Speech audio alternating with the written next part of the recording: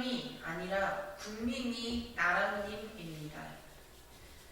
인요한 국민의힘 혁신위원장이 언론 인터뷰를 통해 대통령을 나라님이라고 주장했습니다. 더 가관인 것은 온돌방 아랫목에서 지식과 지혜와 도덕을 배웠다며 마치 이것이 우리 고유의 덕목인 것처럼 포장했다는 것입니다. 당혹스럽고 충격적입니다. 21세기 민주주의 대한민국이 아니라 18세기 조선시대에나 어울릴 법한 사람을 데려와 집권 여당에서는 혁신의 기수라고 내세웠다는 것입니까? 도대체 혁신위가 왜 만들어졌는지조차 전혀 모르고 있습니다. 지난 강서 재보궐 선거 참패 이후 윤석열 대통령이 직접 국민이 늘 무조건 옳다, 반성하겠다고 몸을 낮춘 뒤 만들어진 것이 바로 혁신위입니다. 그러니 혁신위의 출발점은 일방적이고 수직적인 당 대통령실 관계를 비롯하여 전반적으로 국정기조 전환을 꾀하는 것이었습니다. 그런데 느닷없이 대통령은 나라님이라니 이 무슨 웃지도 못할 코미디입니까? 자신의 본분도 전혀 인식하지 못하는 인요한 혁신위에 뭘 더 기대할 수 있겠습니까? 인요한 위원장에게 엄중히 충고합니다. 21세기 대한민국의 자랑스러운 민주주의는 온돌방 아랫목이 아니라 광장에서 배우십시오. 대통령이 아니라 우리 국민이 나라님입니다. 이것은 혁신의 차원이 아니라 가장 기본적인 민주주의 사회의 상식입니다. 네, 두 번째 브리핑입니다. 일주일 만에 고발당한 박민 사장 인과응보입니다. 박민 KBS 사장이 취임 일주일여 만에 언론노조 KBS 본부로부터 고발당했습니다. 고발 이유는 방송법과 노조법 등 위반입니다. 윤심에 맞춰 방송 장악하려고 온갖 불법 저지르다 고발당한 것이니 인과응보입니다. 국민들은 박민 사장 취임 첫날부터 국민의 방송이 박민의 방송이 됐구나 느낄 수밖에 없었습니다.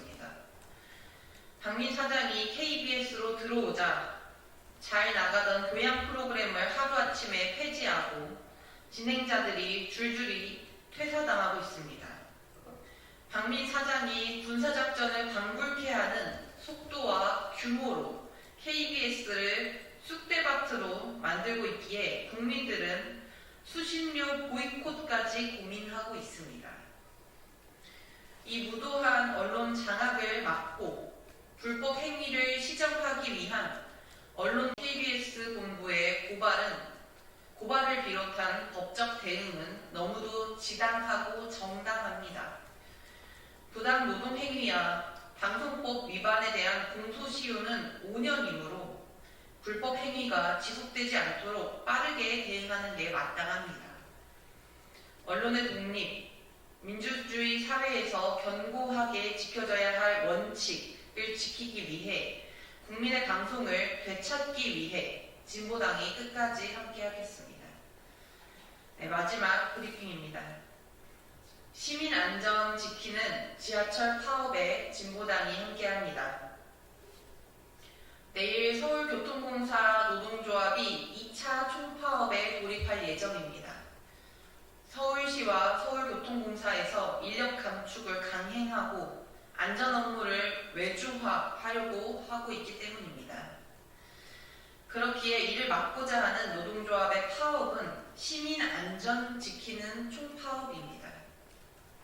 이번 달 초 노동조합은 서울시와 서울교통공사의 입장 변화를 촉구하는 경고 파업을 벌였었습니다. 안전만큼은 내팽개칠 수 없다는 노동조합의 상식적인 요구에 서울시와 서울교통공사는 묵묵부답을 넘어 파업마저 방해하고 나섰습니다. 서울교통공사는 파업 대응 방침으로 파업 참가자 급여 일부 삭감을 내놓았습니다. 대놓고 협박하는 것입니다. 노동조합의 단체 행동권을 명백히 침해하는 행태입니다. 강력히 규탄합니다. 진보당은 시민안전 지키는 서울교통공사 노조의 파업을 적극 지지합니다. 진보당 서울시당에서는 지하철 총파업의 취지를 설명하고 지지를 호소하기 위한 선전전과 현수막 개첨 등을 대응 지침으로 이미 세웠습니다. 이에 따라 서울에서 출마하는 진보당의 14명 후보자는 오늘과 내일 곳곳의 지하철역에서 선전전을 진행합니다. 또한 11개 지역구에 지하철 총파업을 지지하는 현수막을 개첨했습니다. 안전인력 대폭 확충과 위험의 외주화 중단, 안전한 지하철을 위한 모든 활동에 진보당은 함께할 것입니다. 네, 이상 마치겠습니다. 감사합니다.